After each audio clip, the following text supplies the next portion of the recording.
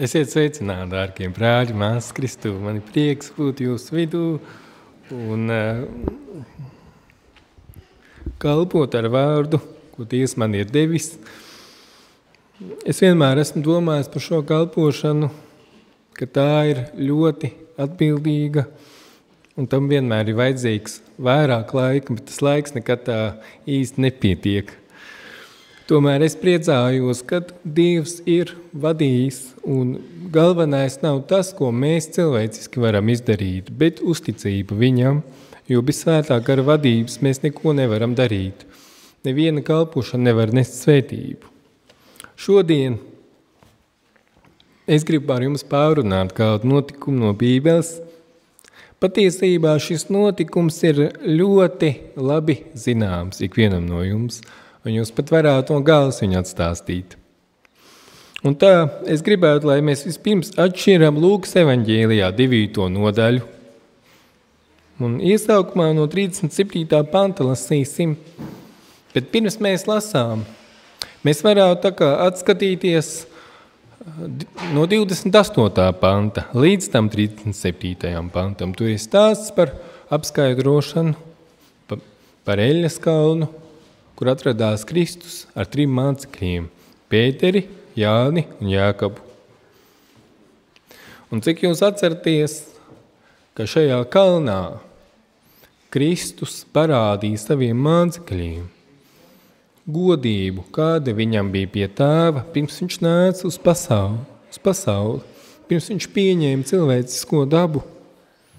Un tur bija Mūzes un Elija, kas runāja kopā ar Jēzu par viņa galu, par viņa ciešanām Jeruzālēmē, kāds tās būs. Es lasīju par šo notikumu laikmetu ilgās, un kas man ļoti uzrunāja, šī līdzība ar Ģidzemanes dārzu. Akal mācekļi naktī atrodās kādā vietā, kur viņi Dievu lūdz, un atkal šiem mācekļiem uznāk miegs. Un Kristus lūdz par saviem mācekļiem, lūdz par viņu ticību. Un Dievs uzklaus šo lūgšanu un ļauj viņiem redzēt Dieva godību, Dieva varenību. Redzēt tā kā miniatūrā, atklāsmē, brīnumā, un neviens cits tur neredzēja. Un pārdomājot to visu, tur atklājās patiesība par ticību.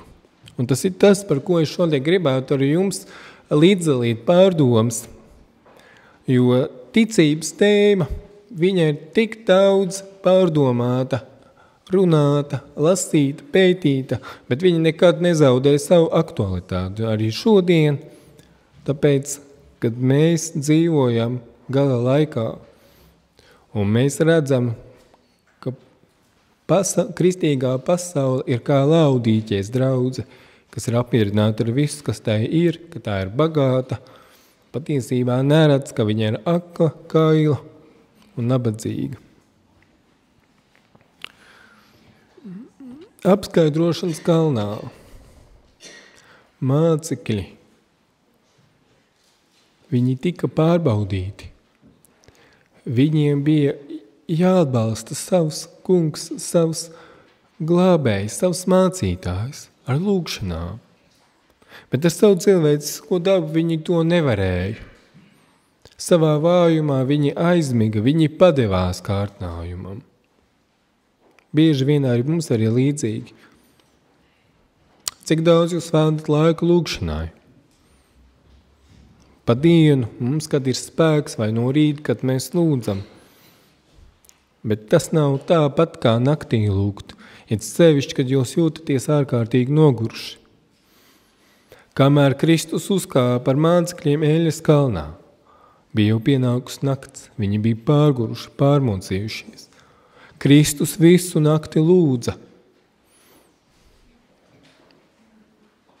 Kāds ir pārcilvēcisks spēks vajadzīgs, lai izturētu visu nakti? Mūsdienās reti, kurš to būtu spējīgs izturēt. Fiziski to nevar, bet Dieva gars spēkā tas ir iespējams. Un tad, kad viņi redzēja šo atklāsmi, kad viņi dzirdēja no padebeša, kas viņus apēnoja tēva balsi, šis ir mans mīļais dēls, mans izredzētais.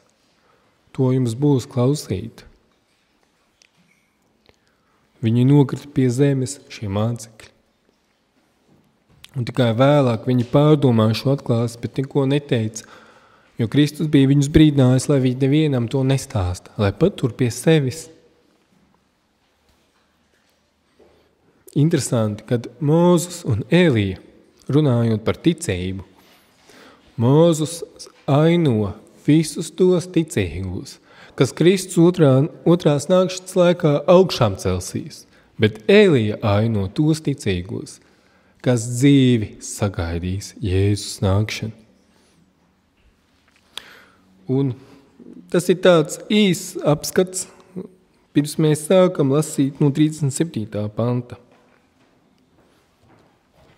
Un iesākot lasīt Lūkas evaņģēlijā 9:37 mēs lasām.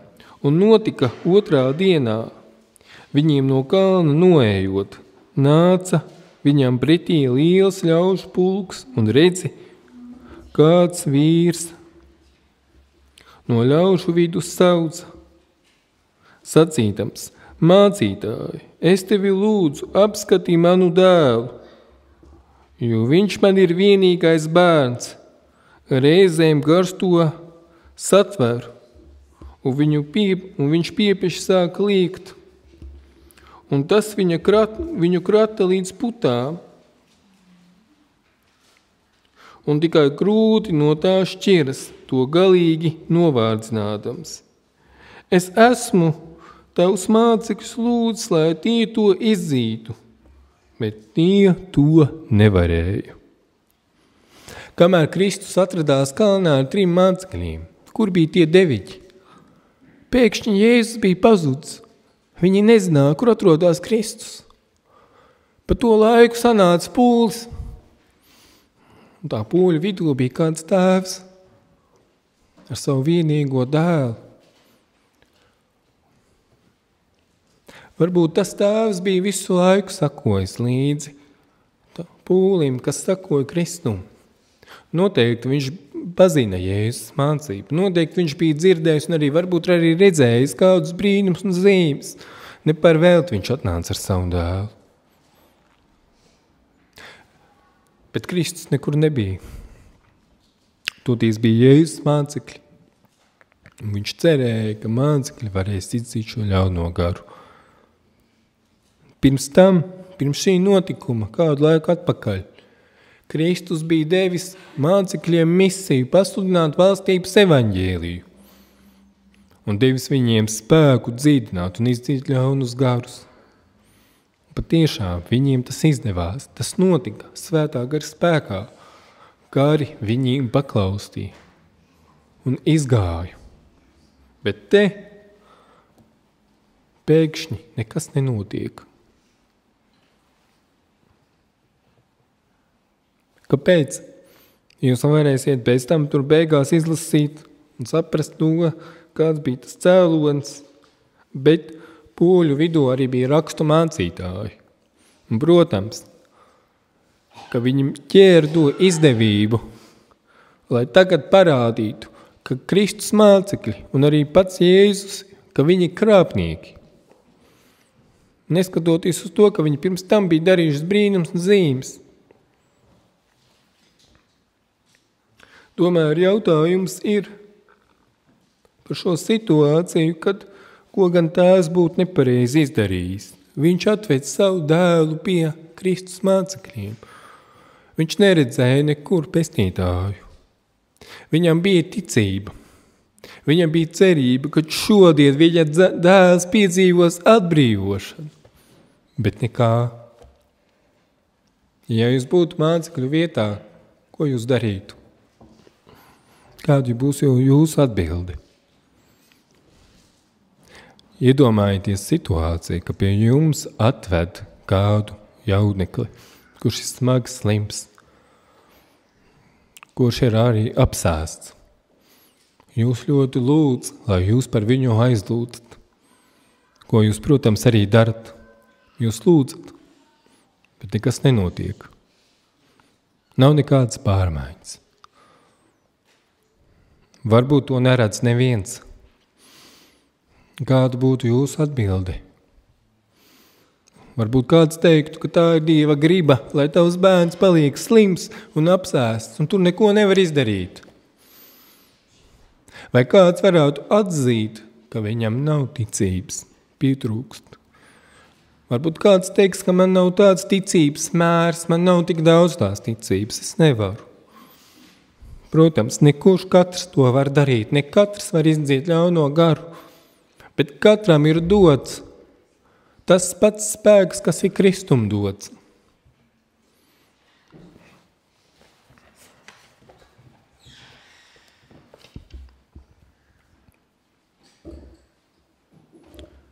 Un Jēzus atbildēja un sacīja: Ak, tu neticīgā un sagrozītā cilts, cik ilgi es vēl pie jums būšu un jūs panesīšu. Ved šurp savu dēlu.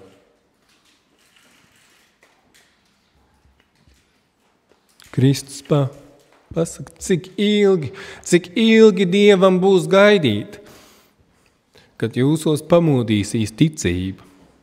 Cik daudz brīnumiem ir jānotiek. Bībele mums māca, ja mums ir ticība kā sinepju graudiņš, tu pasaki tam kokam, un tas ar saknēm izrausīs ārā un pārstādīsies citā vietā. Dievs neprasa no tavas ticības daudz, pietiek, lai tavu ticība ir kā mazs graudiņš. Un ar to pilnīgi pietiek, lai notiktu varenas lietas tavā dzīvē, tavā raksturā. Lai Dievs var darboties un atklāt savu raksturu. Viņš neprasa, lai tu pāršķel jūru. Viņš neprasa, lai tu dari kādas neparastas lietas, bet lai tu viņam uzticies, kā sinepju graudiņš, lai atklātos tie augļi, ko Dievs grib darīt tavā dzīvē.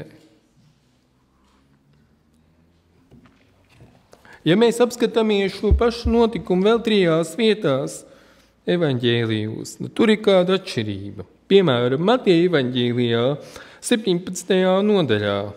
15. 16. pants, tur ir teikts: Kungs apžēlojies par manu dēlu, viņš ir mēnesis sērdzīgs, un viņam daudz jācieš, jo viņš bieži krīt ugunī un bieži ūdenī. Un es to atvedu pie taviem mācekļiem, bet tie viņu nevarēja dziedināt. Šeit ir vārds mēnesis sērdzīgs. Mateja evaņģēlijā vispār jaunajā derībā ir tikai 2 vietas. Šeit un 4. nodaļā 24. pants. Ja mēs paskatāmies, kur šī mēnesis sērdzība ir vecajā derībā, ja jūs neatradīsiet, tomēr ir kaut kas kopīgs šai slimībā ar kādu citu, un tā ir vaiprātība, kad cilvēku silku prātā. Es esmu lasījis par mēnesi sērdzību, ka tas ir saistīts ar pilnmēnesi ietekmi uz cilvēku, uz cilvēka prātu. Un citos tulkojumos tiek runāts par epilepsiju, ka tam bērnam bija šīs lēkmes. Savukārt vaiprātība vecajā derībā ir bieži saistīta ar Dieva likuma pārkāpšanu. Un pirmām vietām tas ir pieminēts arī Mūzes grāmatā, kā lāsts, kad cilvēks pārkāp Dieva likumu. Dievs pasaka, kādas būs tās sakas, gan ar viņa fizisko, gan mentālo veselību.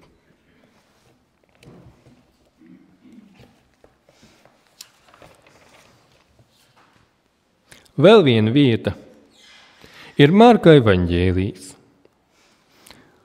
Tur 9. nodaļā, 17. pantā mēs lasām: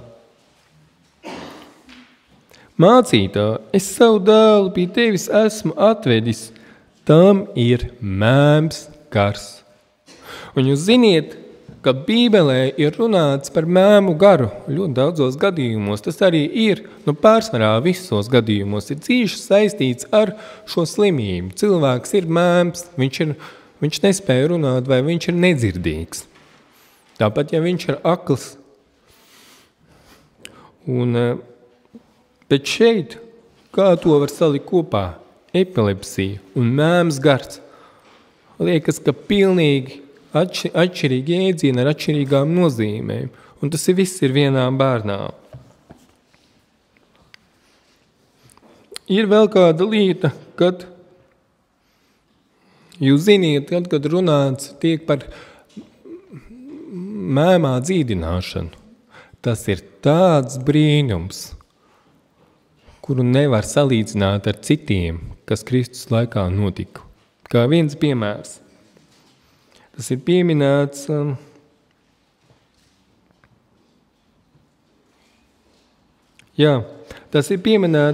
Mateja evaņģēlijā 9. nodaļā 33. pants. Un kad ļaunais gars bija izdzīts, mēmais sāka runāt, tad ļaudis brīnījās un sacīja, tādas lietas Izrēlā vēl nekad nav notikušas. Tāpat arī Marka evaņģēlijā 7. nodaļā 37. pantā mēs lasām. Viņš dara, ka pat kurlie dzird un mēmī runā, ka pat kurlie dzird. Tas ir tāds brīnums, kas vecā derībā viņiem nebija piedzīvots. Brīnums, kas pārspēja visus pārējos.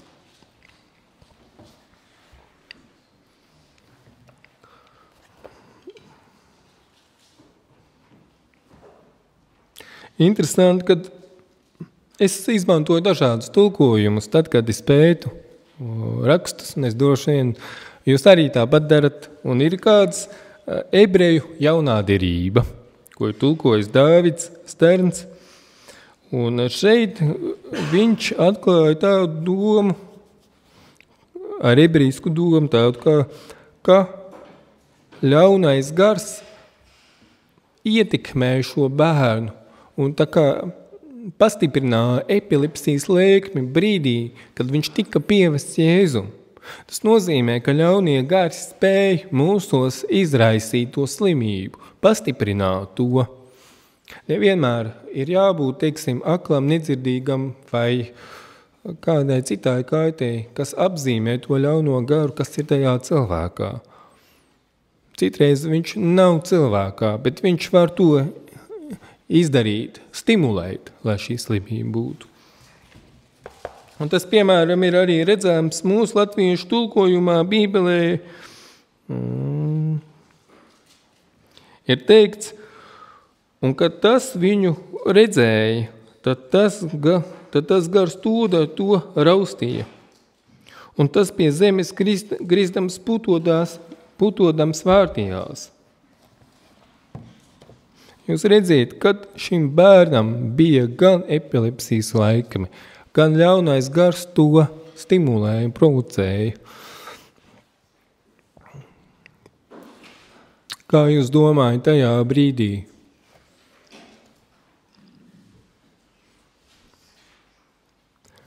Kāds bija vispārējais pūļa noskaņojums? Pēc tam, kad viņi redzēja, ka mācekļi nespēja izdzīt ļauno garu, tas pūlis nostājās raksturmācītāju pusē.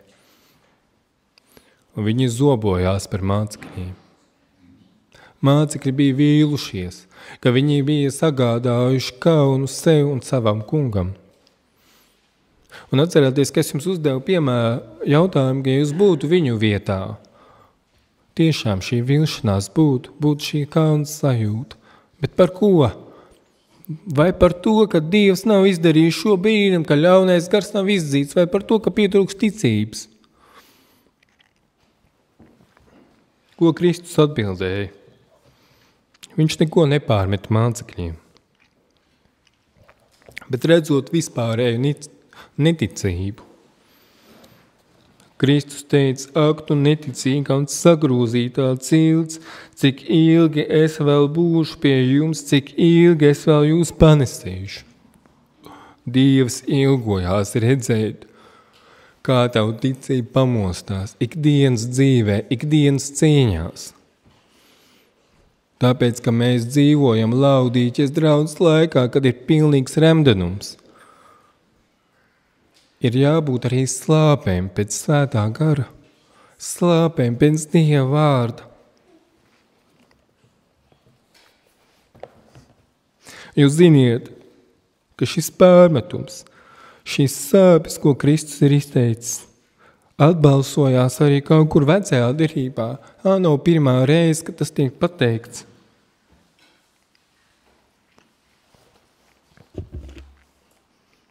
Viena vieta ir Lūkas evaņģēlijā, 8. nodaļā, 25. pantā, pēc tam, kad Kristus apklusināja vētru un jūra viņam paklaus. Atceraties to notikumu. Mācekļi domāja, ka viņi mirs, bet Kristu darīja brīnumu ar vīnu vārdu. Mēs lasām. Pēc tam ir rakstīts, un viņš jautāja mācekļiem, kur ir jūsu ticība?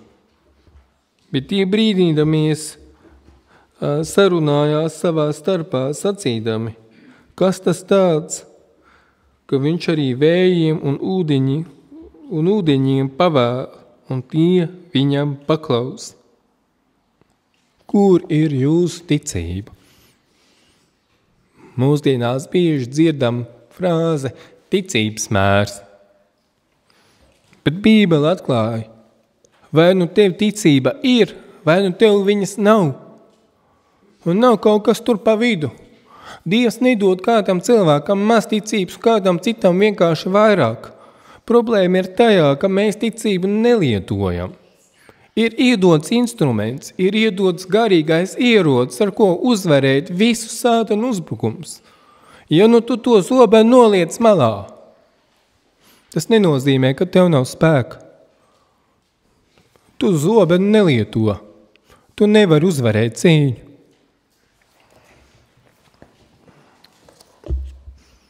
Ceturtā Mūzes grāmatā, 14. nodaļā, 11. pantā ir teikts, un tas kungs sacīja Mūzum, cik ilgi šī tauta nicināda mani atmetīs, cik ilgi tie negrib man ticēt, neraugoties uz visām tām zīmēm un brīnumiem, ko es esmu tās vidū darījis.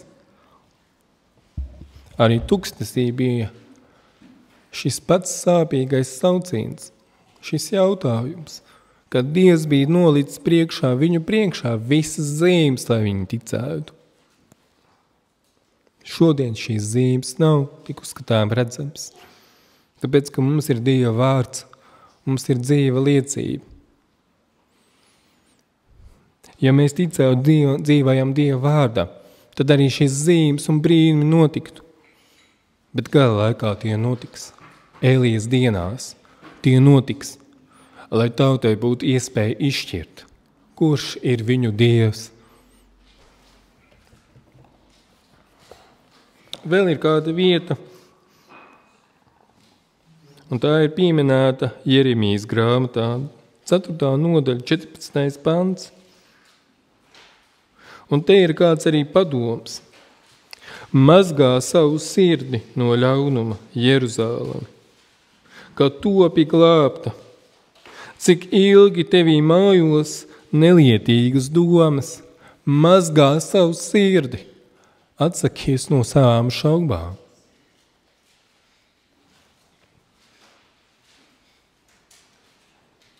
Atklāsmes grāmata mums runā par 144 000, kurus pārstāv Elija, kuri nāvi neredzējis, kuri sagaidījis dzīvi Kristus nākšanu. Viņi savas drēbes ir mazgājuši jēra asinīs. Viņi pilnībā ir pieņēmuši Kristus upuri un ir atbrīvoti no grēka varas.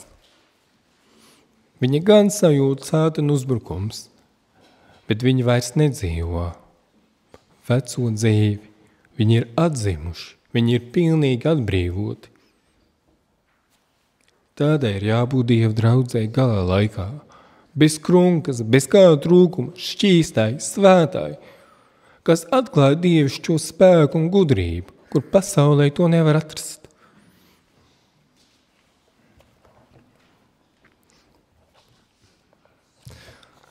Ziniet, es dažkārt domāju, mums tak ir tik daudz laika, vai ne? Varbūt kāds tev pieķer pie domas, gan tu vēl dzīvē paspēsi atgriezties. Visam ir savs laiks, un tas ir ļoti svarīgi. Un kā jūs domājat tam tēvam, cik viņam bija laika? Cik ilgi viņš gaidīja? Nonākot pie Kristus, viņa laiks beidzās. Vai nu viņš ticēs, vai nu viņš pazaudēs savu dēlu, nekad vairs to neredzēs. Viņš nonāca izvēles priekšā, līdz tam viņš varēja šaubīties, cik ticēt, lūgt, bet ja viņam būtu spēcīga ticība, paļāvība. Jūs atcerieties, ka Bībelē ir teikts arī pie viena romiešu virsnieku, kurš teica, saki tikai vienu vārdu, mans kalps kļūs vesels. Kļūs vesels. Tikai vienu vārdu. Un Kristus brīnījās un teica, ka tādu ticību viņš nekur Izrēlā nav redzējis. Lūk, tēvs nonāca pie robežas. Mums ir doti gadi visu dzīvi pārdomāt, mainīties, laboties, atgriezties neskaitāms reizes pie Dieva.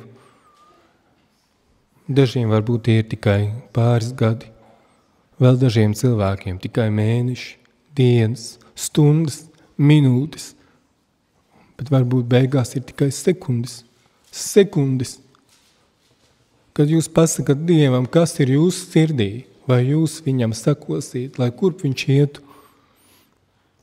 Vai tu esi piedzīvojis patiesu reālu atbrīvošanu? Ja jā, tad tu tici viņa vārdam. Ja tu neesi to piedzīvojis, tu vēl joprojām šaubies. Mums nav tik daudz laika, kā mēs domājam. Un Dievs mums gribēs šo notikumu to atgādināt. Taču atgriezīsimies pie konteksta. Un šoreiz es gribētu, lai mēs apskatāmies to pašu notikumu arī Marka evaņģēlijā. Gan ne no paša sākuma, bet turpinājumā. Jo tur ir mazliet savādāk aprakstīts nekā Lūkas evaņģēlijā, bet to jūs varat arī salīdzināt Marka evaņģēlijas 9. nodaļa no 21. līdz 24. pantam. Tad, kad šo bērnu atveda, kad viņš nokrita Kristus priekšā, vārtīdamies pa zemi, putodams, Kristus viņu uzreiz nedziedināja, bet ļāva visam pūlim redzēt Sātana spēku. Lai viņi pēc tam ieraudzītu dievišķo spēku, lai tas iespējas, kā Dievs izdziedina šo bērnu, atstāja uz viņiem paliekošas izmaiņas uz viņu sirdī. Un lūk, un te ir rakstīts. Un viņš jautāja tēvam, cik ilgi viņam tas tā jau ir, bet tas viņam sacīja no bērnības. Un daudzkārt viņš to ir iemetis gan ugunī, gan ūdenī, lai to nogalinātu. Bet ja tu ko spēj, ja tu nespēji, atlaidi. Ja tu ko spēj, tad palīdzi mums, apžēlojies par mums. Bet Jēzus to sacīja. Tu saki, ja tu spēj, kaut tu ticētu, tas visu spēj, kas tic.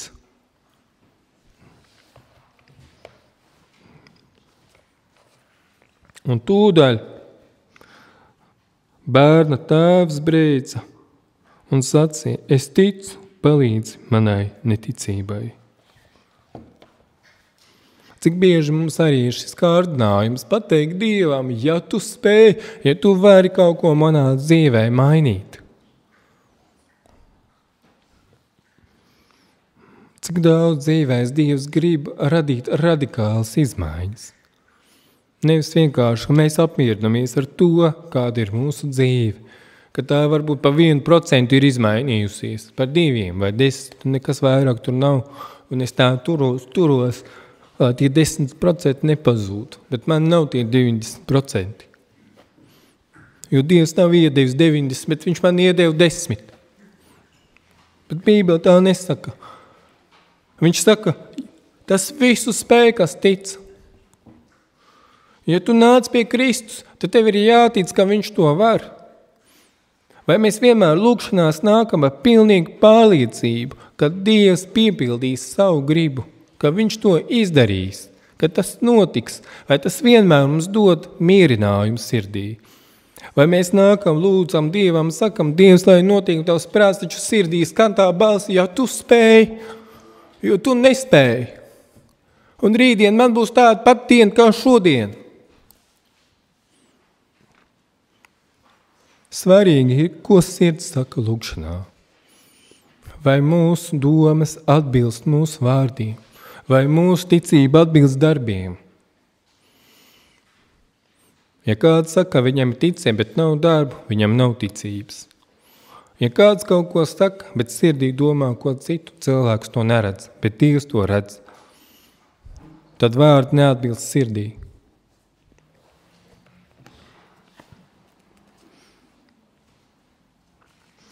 Tajā brīdī tēvs saprata, ka viņam ir jāizšķirās, un viņš atzina savu neticību un apliecināja, ka viņš tic Kristu kā glābējam, kā vienīgajam, kas spēja atbrīvot viņa dēlu. Brīdī, kad jūs atzīstat Dievam savas slēptās domas, savas šaubas, kad jūs lūdzat pēc palīdzības, lai Dievs atmodina jūsos ticību, atmodina šo cerību, ko viņš ir ielicis jūsos, kas atspoguļo viņa līdzību, viņa bērnos. Tajā brīdī ticība atdzīvojās. Un mēs lasām tālāk no 25. panta. Bet Jēzus redzēdams, ka ļaudis saticēja, apdraudēja nešķīsto garu, uz to sacīdams: Tu mēmais un kurlais gars, es tev pavēlu, izēj ārā no tā un neej vairs viņā. Un tas izgāja brēkdams un to stipri raustīdams. Un viņš kļuva līdzīgs mironim, tā, ka daudzi sacīja, tas ir nomiris. Bet Jēzus to ņēma pie rokas, piecēla un tas uzcēlās. Brīnumi ietekmē, kad Kristus dzīdināja bērnu, viņš pēkšņi kļuva bāls kā mironis. Un cilvēki atkal deva iespēju savām šaubām, domāt, ka viņš ir nomiris, ka nekas tur nav izdevies. Tomēr pēcāk viņa redzēja Dieva spēku, ka šis bērns tika pilnībā dzīdināts. Kāpēc mācekļi nevarēja izdzīt? Jūs zemāk varat lasīt, ka tur ir rakstīts, ka Kristus teica, ka šī suga citādi neiziet kā ar lūgšanu un gavēšanu. Taču Mateja evaņģēlijā 12. nodaļā tur ir kādi vārdi. Mateja 12:28, kur Kristus saka, bet ja es izdzēnu ļaunos garus ar Dieva garu, tad Dieva valstība ir pie jums atnākusi. Lūk, mūsu ticība apliecina, vai Dieva valstība ir atnākusi, vai nav. Vai tā ir redzama šeit uz zemes? Mūsu ticība ir tam apliecinājums.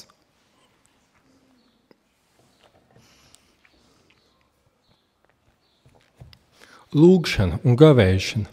Mācekļi nespēja izdzīt tādēļ, ka viņi bija atkāpušies kādā brīdī un bija nodevušies atkal savai grēcīgai dabai, savām tīksmēm. Jau pirms tam viņi cīnījās par to, kurš ir augstāks, kuram ir lielāka ietekme. Bet lūk, mēs redzam, ja mēs Dievu priekšā pazemojamies, ja mēs gavējamies, mūsu iekšējais cilvēks atjaunojās, mūsu ticība atzimst. Un tad Dievs var darīt varenas lietas.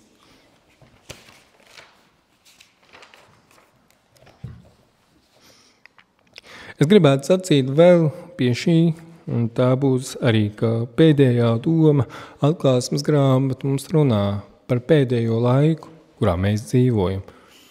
Kad ateisti vairosīs, tas ir rakstīts Daniela grāmatā, ateisti arī kaut kam tic, būs divas šķies, vieni, kas sako zvēram, un vieni, kas tur Dieva baušas un Jēzus liecību. Lūk, tie, kas tur Dieva likums, tie, kas pazīst viņa balsi, viņos ir jāklājās šis ticības spēks, ar tieši to mēs pasludinām pasaulē pēdējo vēsti, ar spēku, ar svētā gara spēku, ticībā. Jo, ja tas nenotiek jūsu ikdienas dzīvē, kā jūs to vēsti pasludināsiet? Kā cilvēki ieraudzīs atšķirību starp abām pusēm? Šodien vēl ir laiks atgriezties. Nedomājiet, ka tas notiks rīt. Domājiet, ka tas notiks šodien. Ir rakstīts, un ar to es arī vēlos nobeigt mūsu pārdomas. Jāņa evaņģēlijā, 6. nodaļā, 37. pantā, Dievs saka, katrs, ko Tēvs man dod, nāk pie manis. Un kas nāk pie manis, to es tiešā neatstumšu. Āmen. Dārgais debesu Tēvs, mēs Tev slavējam, Tev pateicamies par Tavu mīļoto dēlu Jēzu Kristu, mūsu ticības paraugu, ka viņš uzņēmās visas mūsu nastas, visas mūsu sāpes un grūtības un slimības, ka bieži vien, Jēzu, Tu biji viens, pamests, atstāts, bieži vien cīnoties ar visām tām cīņām, pārbaudījumiem, kārdinājumiem, ar kuriem mēs ikdienā saskaramies, pat daudz vairāk. Un tomēr Tu ne brīdi nepadevies mūsu dēļ. Pateicoties Tavam upurim, Tu esi devis mums šo dzīvi. Mums ir šī iespēja katru dienu tuvoties Tev, katru dienu Tevi iepazīt no jauna un atzimt svētajā garā. Mēs lūdzam, Tēvs, ka Tu atņem mums šo kūtrumu, kas ir mūsu sirdīs, lai mēs degam, Kungs, vēl vairāk par Tevi, lai mēs pētītu Tavu vārdu, lai mēs tajā ieurptos un redzētu, kā Tavs vārds piepildās mūsu dzīvēs. Nekas cits citu cilvēku sirds nepārliecinās, kā tikai tas, ko Tu esi darījis, Tavi augļi. Tā ir vienīgā liecība. Ne mūsu vārdi, ne mūsu domas, ne mūsu darbi, bet dzīvu ticību. Tu esi teicis, ka taisna lūgšana spēja savā spēkā daudzas lietas. Mēs lūdzam, Tēvs, šodien ik viens, kas no mūsu vidū, kas jūtās šaubīgs, kas jūtās nedrošs un vājš, Kungs, stiprini viņu, Kungs, pacēl viņu, lai šodien viņš var izdarīt izšķirošo izvēli, atgriezties pie Tevis, saņemt no Tevis spēku un pārliecību, Tev paklausīt un sekot Tev, lai kur Tu arī ietu. Slavu Tev, Tēvs, un pateicību Jēzus vārdā. Āmen.